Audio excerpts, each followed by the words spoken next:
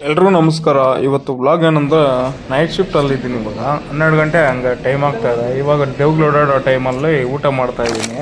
ಪಲಾವ್ ಮತ್ತು ಚಿಪ್ಸ್ ಕೊಟ್ಟಿದ್ರು, ಮೊಸರು ಬಜ್ಜಿ ಪಲಾವ್ಗೆ. ಊಟ ಮಾಡಿ ಕ್ಯಾಂಟೀನಲ್ಲಿ ಸ್ವಲ್ಪ ರೆಸ್ಟ್ ತೊಗೊತಾ ಇದ್ವಿ ನಾವು ಮತ್ತು ನಮ್ಮ ಟೀಮೆಲ್ಲ.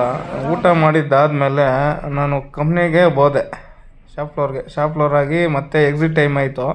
ಕ್ಯಾಬಲ್ಲಿ ಬಂದು ಇವಾಗ ಕುತ್ಕೊಂಡಿದ್ದೀನಿ. ಇವಾಗ ಸಂಡೇ ಅಲ್ವಾ, ಮನೆಗೆ ಹೋಗೋಣ ಅಂತ ಕ್ಯಾಬಲ್ಲಿ ಇವಾಗ ಕುಂತಿದ್ದೀನಿ. ಕ್ಯಾಬಲ್ಲಿ ನೈಟ್ ಶಿಫ್ಟ್ ಮಾಡೋದ್ರಿಂದ ಯಾವ ಥರ ಡ್ಯಾಮೇಜ್ ಆಗುತ್ತೆ ಬಾಡಿ ಅಂತ ನನ್ನ ಎಕ್ಸ್ಪೀರಿಯೆನ್ಸು. ನಾನು 3 ವರ್ಷ ಮಾಡ್ತಾಯಿದ್ದೀನಿ ನೈಟ್ ಶಿಫ್ಟ್, ರೊಟೇಷ್ನಲ್ ಶಿಫ್ಟ್ಸು. ನಾನು ಹೇಳ್ತಾ ಇದ್ದೀನಿ ನೋಡಿ ನನ್ನ ಎಕ್ಸ್ಪೀರಿಯೆನ್ಸು. ನಾನು ಏನೇನು ಫೇಸ್ ಮಾಡಿದ್ದೀನಿ ಇದೆಲ್ಲ. ಫಸ್ಟ್ ಆಫ್ ಆಲ್ ಏರ್ಫುಲ್ ಅನ್ನೋದು ತುಂಬ ಆಗುತ್ತೆ. ಇನ್ನೊಂದೇನೆಂದರೆ ಕಣ್ಣು ಬಂದುಬಿಡುತ್ತೆ, ನಿದ್ದೆ ಹೋಗೋಕ್ಕಾಗ್ದಿರ. ಬೆಳಗ್ಗೆ ಹೋಗಿ ರೂಮಲ್ಲಿ ಮಲ್ಗೋಕ್ಕಾಗಲ್ಲ, ಡೇದಲ್ಲಿ ನಿದ್ದೆ ಬರಲ್ಲ. ಆಮೇಲೆ 4 ಅವರ್ 5 ಅವರ್ ಆ ಥರ ನಿದ್ದೆ ಹೋಗ್ತೀವಿ ಅಷ್ಟೇ. ಇನ್ನೊಂದೇನೆಂದರೆ ಗ್ಯಾಸ್ಟ್ರಿಕ್ ಪ್ರಾಬ್ಲಮ್ ಆಗುತ್ತೆ. ಫುಡ್ ಅನ್ನೋದು ಟೈಮಿಂಗ್ ಇದೇನೋದೇ ಇರಲ್ಲ. 1 ಗಂಟೆಯಿಂದ ಸ್ಟಾರ್ಟ್ ಮಾಡ್ತಾರೆ ಫುಡ್ ಹಾಕೋದು ನೈಟ್ ಶಿಫ್ಟಲ್ಲಿ. 12 ಗಂಟೆಯಿಂದ 3 ಗಂಟೆವರೆಗೂ ಹಾಕ್ತಾರೆ. 3 ಗಂಟೆಗೆ ಒಬ್ಬೊಬ್ರು ಹೋಗಿ ತಿಂತಾರೆ. 3 ಗಂಟೆಗೆ ಹೋಗಿ ತಿಂದು ಮತ್ತೆ ಕೆಲಸಕ್ಕೆ ಬಂದು ಮತ್ತೆ ರೂಮ್ಗೆ ಹೋದರೆ ಹೊಟ್ಟೆ ಅನ್ನೋದು ಹಸುವಾಗಲ್ಲ. ಹಂಗೆ ಮಲಗ್ಬಿಡ್ತೀವಿ. ಮಲಗ್ಬಿಟ್ಟಾಗ ಏನಾಗುತ್ತೆ, ಹೊಟ್ಟೆ ತುಂಬ ಖಾಲಿ ಆಗುತ್ತೆ.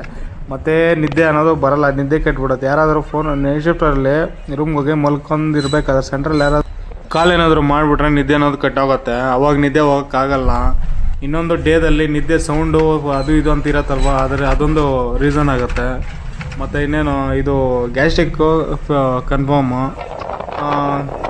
ಇದೆಲ್ಲ ಮುಗಿಸ್ಕೊಂಡು ಮತ್ತೆ ಡ್ಯೂಟಿಗೆ ಹೋಗ್ಬೇಕಾದ್ರೆ ಫುಲ್ಲು ಒಂಥರ ಇರಿಟೇಟು ಏನೇನೋ ಆಗ್ಬಿಡುತ್ತೆ. ಈ ಥರ ಆಗುತ್ತೆ ನೈಟ್ ಶಿಫ್ಟ್ ಮಾಡೋದ್ರಿಂದ. ಸಖತ್ ತುಂಬ ಜನ ರಿಸೈನ್ ಮಾಡೋಗ್ಬಿಡ್ತಾರೆ ನೈಟ್ ಶಿಫ್ಟ್ ಮಾಡೋಕ್ಕಾಗ್ದಿರ ಇರೋರೆಲ್ಲ. ನಮ್ಗೆ ಬೇರೆ ವಿಧಿ ಇಲ್ಲ ಅಂತ ಈ ಥರ ಕೆಲಸ ಮಾಡ್ತಾಯಿದ್ದೀವಿ. ಇನ್ನೇನು ಮಾಡೋದು ಅಂತ. ಏನಾದರೂ ಬಿಸ್ನೆಸ್ ಏನಾದರೂ ಮಾಡ್ಕೊಬೇಕು. ಅಷ್ಟವರೆಗೂ ಒಂದು 5 ವರ್ಷ ಆ ಥರ ಹೋಗ್ಬಿಟ್ಟು ಮನೆಯಲ್ಲೇ ಇದ್ದೋಗೋಣ ಅಂತ ಪ್ಲ್ಯಾನ್ ಇದೆ ನನಗೆ. ಇವಾಗ ನಾನು ಊರಿಗೆ ಹೋಗ್ತಾಯಿದ್ದೀನಿ ನೋಡಿ, ಕ್ಯಾಬಲ್ಲಿ ಹೋಗ್ತಾಯಿದ್ದೀನಿ. ಫುಲ್ಲು ಇದು ದೇವನಹಳ್ಳಿ ಹತ್ರ ಇರೋದು ಈ ಕಂಪ್ನಿ ಬಂದ್ಬಿಟ್ಟು. ನೀವು ನೋಡ್ತಾ ಇದ್ದೀರಲ್ವಾ, ಫುಲ್ಲು ನೋಡಿ ಏರೆಲ್ಲ ಡ್ಯಾಮೇಜ್ ಆಗಿದೆ ಫುಲ್ಲು. ನನ್ನ ಮುಖ ನೋಡಿ ನಾನೇ ಶಾಕ್ ಹೋಗಿದೆ.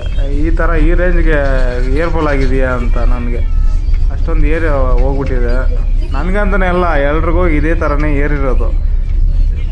ಈ ಥರ ಇರುತ್ತೆ ನೈಟ್ ಶಿಫ್ಟ್ ಮಾಡೋದ್ರಿಂದ. ಸೂರ್ಯ ನೋಡಿ ಯಾವ ಥರ ಕಾಣಿಸ್ತಾ ಇದ್ದೀನಂತ. ಅಂದರೆ ಫುಲ್ಲು ಮಂಜು ಒಂದು ಕಡೆ, ರೋಡ್ ಒಂದು ಕಡೆ. ನೋಡೋಕ್ಕೆ ಚೆನ್ನಾಗಿದೆ ವ್ಯೂ ಅಂತ. ಇವಾಗ ನೋಡಿ ಯಾವ ಥರ ಇದೆ ಅಂತ.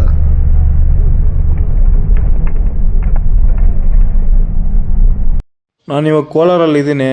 ಕೋಲಾರಲ್ಲಿ ಬಸ್ ಸ್ಟ್ಯಾಂಡ್ ಹತ್ರ ಕಾಯ್ಕೊಂಡಿದ್ದೀನಿ. ನಮ್ಮೂರಿಗೆ ಯಾವ ಬಸ್ ಇರಲಿಲ್ಲ, ಅದರಿಂದ ಆಂಧ್ರ ಗೌರ್ಮೆಂಟ್ಗೆ ಹೋಗ್ತಾ ಇದ್ದೀನಿ. ನಮ್ಮೂರು ನಮ್ಮೂರು ಆಂಧ್ರ ಬಾರ್ಡ್ರ್ ಹತ್ರ ಇರೋದು. ಆಂಧ್ರ ಗೌರ್ಮೆಂಟ್ ಒಂದು ಬರುತ್ತೆ, ಅದರಲ್ಲಿ ಹೋಗ್ತಾ ಇದ್ದೀನಿ ಇವಾಗ. ನಮ್ಮ ಪ್ರೈವೇಟ್ ಅಂದರೆ ನಮ್ಮ KSRTC ಬಸ್ಸಲ್ಲಿ ಅದರ ಟಿಕೆಟು 15 ರೂಪಾಯಿ ಆ ಥರ ತೊಗೊತಾರೆ. ಇವರಲ್ಲಿ ಬಂದ್ಬಿಟ್ಟು 20 ರೂಪಾಯಿ ತೊಗೊತಾ ಇದ್ದಾರೆ ಟಿಕೆಟು. ಯಾಕಂತ ಗೊತ್ತಾಗ್ತಾಯಿಲ್ಲ, ತುಂಬ ರೇಟ್ ಇದೆ ಇವ್ರದ್ದು ಆಂಧ್ರದು ಟಿಕೆಟ್ ಬಂದು. ಇವಾಗ ಹೋಗ್ತಾ ಇದ್ದೀನಿ ನಮ್ಮೂರು ರೋಡಲ್ಲಿ. ಇನ್ನೊಂದೇನೆಂದರೆ ಈ ಆಂಧ್ರ ಗೌರ್ಮೆಂಟಲ್ಲೇ ದಡ ಅಂತ ಹೋಗುತ್ತೆ. ಅದು ಯಾಕಂತ ಗೊತ್ತಾಗ್ತಿಲ್ಲ. ಅದು ಹೋಗ್ತಾ ಇದ್ರೆ ಬಸ್ಸೇ ಒಂಥರ ಶೇಕ್ ಆಗ್ತಾ ಇದೆ. ನಮ್ಮೂರು ಪಕ್ಕದೂರು ಅಣ್ಣ ಒಬ್ಬ ಬಂದರು, ಕ್ರಾಸಲ್ಲಿ ಇಳ್ಕೊಂಡೆ. ಅವ್ರು ಡ್ರಾಪ್ ಆಗಿದ್ರು ನನ್ನ ಮನೆಗೆ. ನೋಡಿಸ್ತಾ ಇದೆ ನೋಡಿ, ಇದೇ ನಮ್ಮೂರು. ಈ ಥರ ಇರುತ್ತೆ.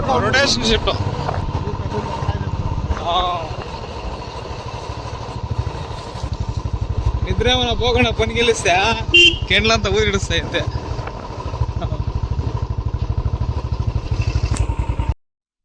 ಕೊನೆಗೂ ಮನೆಗೆ ತಲುಪಿದ್ದಾಯಿತು. ಇದಕ್ಕಿನ ಬೇಳೆ ಸಾರು ಅನ್ನ ಹಾಕಿದ್ರು ನಮ್ಮಮ್ಮ.